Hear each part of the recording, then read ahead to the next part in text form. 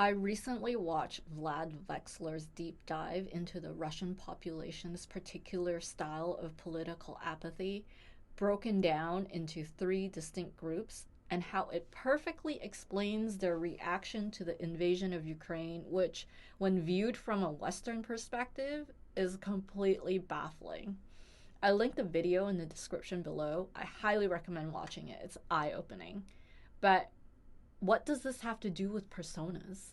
If you want to be a good designer, you have to be curious about people. Like, really get to know them beyond their surface level. And while you're at it, take all the stereotypes you know about people, put that in a box, and throw it away.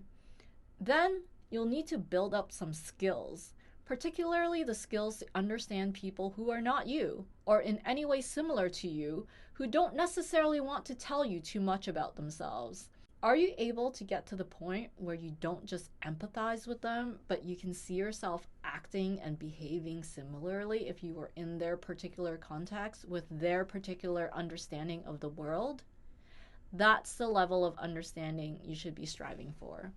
So now, boot camps are correct in that you need to understand your users before you start a project. And from a class curriculum perspective, it makes sense to use personas as a framework to teach this concept. But there are two major problems I see in portfolios from bootcamp grads. The first problem is that most of these personas are not informed by research, and the second problem is that most projects don't actually need personas.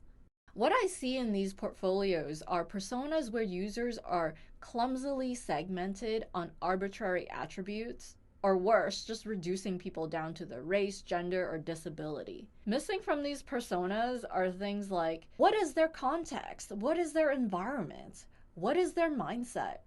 What information do they have or don't have access to? How do they act? Why do they act like that? Is this an individual or a team of people working together? And so on. These are things that you will be referencing constantly once you start the design process.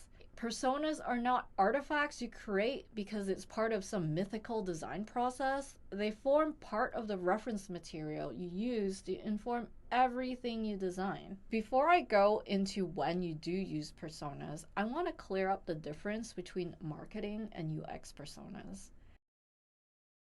The point of a marketing persona is to find the right people, make them aware this product exists, and to entice them to come find out more.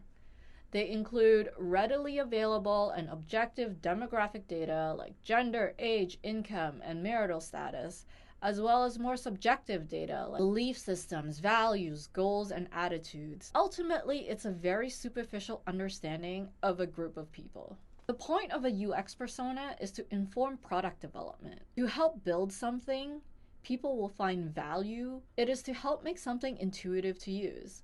What makes a product intuitive is because you've already anticipated everything the user will do. You've anticipated all of their questions and provided answers at the right moment, and everything is exactly where they will think to look for it. And how do you know all this? Well, it's not personas, it's research. So what are you looking for when you do user research?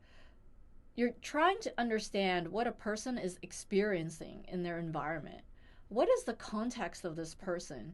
Are they in a busy place with lots of distractions? Are they juggling different tasks at the same time? Are they in a quiet place that they can focus? What are they thinking about in this situation? What's their goal right now? What information do they already know? What information do they need to know? And what information can you provide them? What tools do they have? And what tools do they need? And when do they need it? And a lot of time, the distinction between user segments are not revealed until you do the research. So going back to why most projects don't need a persona, what I mean is you don't have to wrap it up in this format.